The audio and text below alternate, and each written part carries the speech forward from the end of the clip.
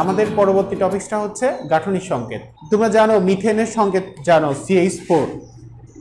তোমরা ক্লাস 8-এ যখন সংকেত লেখার নিয়ম শিখেছিলে বা যোজনী শিখেছিলা, যোজনীর পরেই সংকেত লেখার নিয়ম আছে 8-এর বইতে, তখন যোজনী কিন্তু হাতের সাথে তুলনা করা হয়েছিল। হ্যাঁ, হাতের সাথে, যার যোজনী 2 তার 2 হাত, যার যোজনী 3 তার 3 হাত, যার যোজনী 1 তার 1 হাত। যেমন এইখানে কার্বনের যোজনী 4। হ্যাঁ, কেন? কারণ জানো তো এর যোজনী ওর কাছে লিখতে হয়, এর যোজনী এর কাছে লিখতে হয়। অর্থাৎ কার্বন 4 হাত দিয়ে 4টা হাইড্রোজেনকে ধরে রেখেছে। তোমরা ওইখানে দেখেছিলা যে কার্বন এই পাশে এরকম চারপাশে 4টা দাগ দিয়ে এরকম প্রকাশ করা হয় মিথেন CH4। তো এই সংকেতটা হচ্ছে গাঠনিক সংকেত। দেখো আণবিক সংকেতে কিন্তু CH4 এটা আণবিক সংকেত, এটা আণবিক সংকেত, আর এটা হচ্ছে গাঠনিক সংকেত। তো আণবিক সংকেতে দেখো আমরা জানতেছি যে কোন মৌলের পরমাণু আছে এবং কয়টা পরমাণু আছে। এখানে কার্বন এবং হাইড্রোজেন আছে, এবং কার্বন একটা আছে, হাইড্রোজেন 4টা আছে। এর থেকে বেশি কিন্তু জানতে পারতেছি না, কিন্তু গাঠনিক সংকেত দ্বারা আমি বুঝতে পারতেছি যে একটা কার্বন কিভাবে হাইড্রোজেনের সাথে যুক্ত আছে, 4টা হাইড্রোজেনের সাথে, চারপাশে 4টা হাইড্রোজেনের সাথে কিভাবে যুক্ত আছে একটা কার্বন, সেটা কিন্তু আমি গাঠনিক সংকেত থেকে বুঝতে পারতেছি। অর্থাৎ কোনো একটা মৌলের বা যৌগের অণুতে পরমাণু সমূহ কিভাবে আছে সেটা বন্ধনের সাহায্যে আমি প্রকাশ করতেছি গাঠনিক সংকেতে।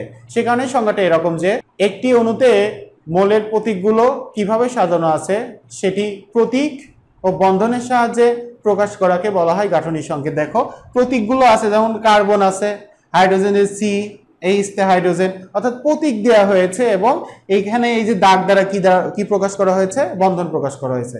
অর্থাৎ একটা অণুতে মৌলের পরমাণু সমূহ কিভাবে আছে সেটা প্রতীকের সাহায্যে এবং বন্ধনের সাহায্যে আমি প্রকাশ করেছি। এইভাবে প্রকাশ করাটাই হচ্ছে গাঠনিক সংকেত। তোমাকে যদি কার্বন ডাই অক্সাইডের গাঠনিক সংকেত নির্ণয় করতে বলে CO2, সেটা কিভাবে হবে? এটা আণবিক সংকেত হলো কার্বন এরকম, দুই পাশে দুটো অক্সিজেন, এটা হচ্ছে গাঠনিক সংকেত। তোমাকে যদি অ্যামোনিয়ার গাঠনিক সংকেত নির্ণয় করতে বলে NH3 নাইট্রোজেন আর 3 পাশে 3টা হাইড্রোজেন থাকে, এরকম অ্যামোনিয়া পিরামিড আকৃতির। এরপরে তোমাকে যদি পানির গাঠনিক সংকেত নির্ণয় করতে বলে H2O, এটা আণবিক সংকেত, গাঠনিক সংকেত হচ্ছে অক্সিজেন, দুই পাশে দুটো হাইড্রোজেন, এটা ভি আকৃতির। হ্যাঁ, এটা ভি আকৃতির, এটা চতুস্তলকীয়, এটা পিরামিডের মতো, এটা আর এটা হচ্ছে সমান।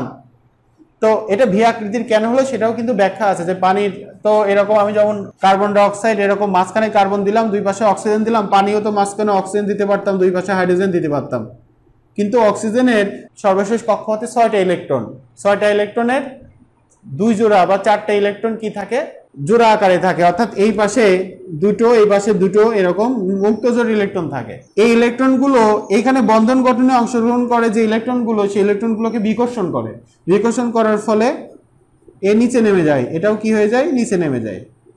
সে কারণে পানির আকৃতি ভি হয়ে যায়, এটাও কিন্তু পরীক্ষায় আসতে পারে। তো এইগুলো সবই আমি লিখলাম কি, এটা আণবিক সংকেত, এটা হচ্ছে তার গাঠনিক সংকেত, এটা পানির গাঠনিক সংকেত, এটা অ্যামোনিয়ার গাঠনিক সংকেত, এটা মিথেনের গাঠনিক সংকেত। তোমাকে যদি ইথেনের গাঠনিক সংকেত লিখতে বলে C2H6, তাহলে কি হবে, কার্বন দুটো নিতে হবে, আর এই কার্বনের আমরা জানি যে যোজনী 4, হাত 4, অর্থাৎ 4টা ইলেকট্রন শেয়ার করতে পারে, এরকম লিখে দিতে হবে। তোমাকে যদি প্রোপেনের গাঠনিক সংকেত লিখতে বলে C3H8, তাহলে এইখানে আরো একটা কার্বন দিতে হবে, এরকম হাইড্রোজেন দিয়ে দিতে হবে। এবার বিটনের বললে C4H10, এখানে আরো একটা কার্বন দিতে হবে, 3 পাশে এরকম হাইড্রোজেন দিয়ে দিতে হবে। দেখো কার্বন হাইড্রোজেন মিলে গিয়েছে। এখন দেখো আমি এখানে যে সংকেতগুলো লিখলাম সবগুলোই দেখো, আমি কার্বন ডাই অক্সাইড লিখেছি, পানি লিখেছি, অ্যামোনিয়া লিখেছি, মিথেন লিখেছি, এই সবগুলো কি করে, ইলেকট্রন শেয়ার করে। অর্থাৎ কার্বন এবং হাইড্রোজেন ইলেকট্রন শেয়ার করে, একজন আরেকজনের পুরো ইলেকট্রন দিয়ে দেয় না, কোনো একটা ইলেকট্রন শেয়ার করে।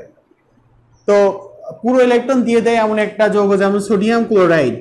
হ্যাঁ, সোডিয়াম ক্লোরাইড, তো এটার গাঠনিক সংকেত আছে কিনা যদি প্রশ্ন আসে যে হ্যাঁ এটারও গাঠনিক সংকেত আছে, তো এটার গাঠনিক সংকেত সেটা হচ্ছে ক্যালাস বলা হয়। গাঠনিক সংকেতে ক্যালাস, সোডিয়াম ক্লোরাইডের অনেকগুলো সোডিয়াম এবং অনেকগুলো ক্লোরিন পরমাণু একসাথে মিলে একটা বড় অণু তৈরি করে। সেই অণুটা হচ্ছে দেখতে কেমন, ক্যালাস আকার, অর্থাৎ দেখতে কেমন সেটার একটা কাঠামো আছে।